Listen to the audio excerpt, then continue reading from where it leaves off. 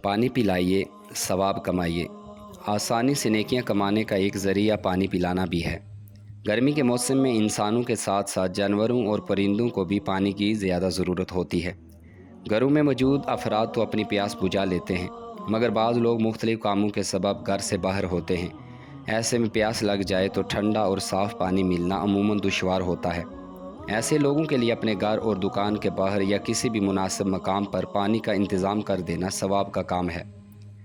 پانی پلانے کی ترغیب دلاتے ہوئے ہمارے پیارے آقا صلی اللہ علیہ وآلہ وسلم نے حضرت سیدنا سعد رضی اللہ عنہ سے فرمایا، اے سعد، کیا میں تمہیں ایسا صدقہ نہ بتاؤں جس میں محنت کم اور ثواب زیادہ ہے؟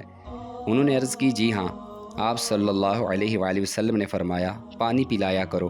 اس کے بعد حضرت سیدنا سعد رضی اللہ عنہ لوگوں کو پانی پلاتے تھے۔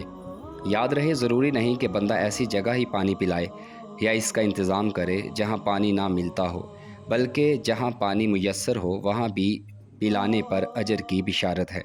چنانچہ نبی کریم صلی اللہ علیہ وآلہ وسلم نے فرمایا، جس نے کسی مسلمان کو ایک گھونٹ پانی وہاں پلایا جہاں پانی عام ملتا ہو، اس نے گویا غلام آزاد کیا، اور جس نے مسلمان کو وہاں ایک گھونٹ پانی پلایا جہاں پانی نہ ملتا ہو، اس نے گویا اسے زندگی بخشی۔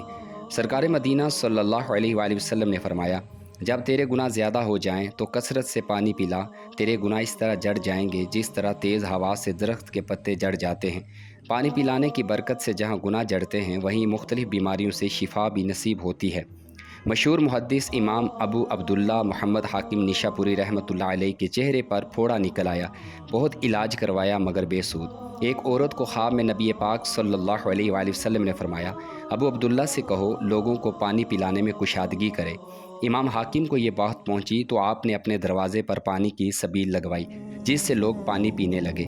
ابھی ایک ہفتہ نہ گزرا تھا کہ آپ شفا یاب ہو گئے اور چہرہ پہلے کی طرح اچھا ہو گیا۔ بعض لوگ گھروں میں جانور یا پرندے پالتے ہیں، انہیں چاہیے کہ ان کے کھانے اور پانی کا ضرور خیال رکھے، خاص طور پر گرمیوں میں تو وقتاً فوقتاً پانی پلاتے رہیں۔ انسانوں کی طرح جانوروں اور پرندوں کو پانی پلانا بھی کار ثواب ہے۔ ایک عورت کو صرف اس لیے بخش دیا گیا کہ اس نے پیاسے کتے کو پانی پلایا تھا، جبکہ ایک عورت کو جہنم میں اس لیے عذاب دیا جا رہا تھا کہ اس نے بلی کو باندھ کر رکھا، کھانے پینے کو نہ دیا، یہاں تک کہ وہ بھوک سے مر گئی۔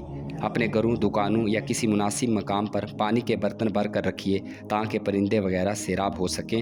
انشاءاللہ اس سے بھی ثواب کا ذخیرہ ہاتھ آئے گا۔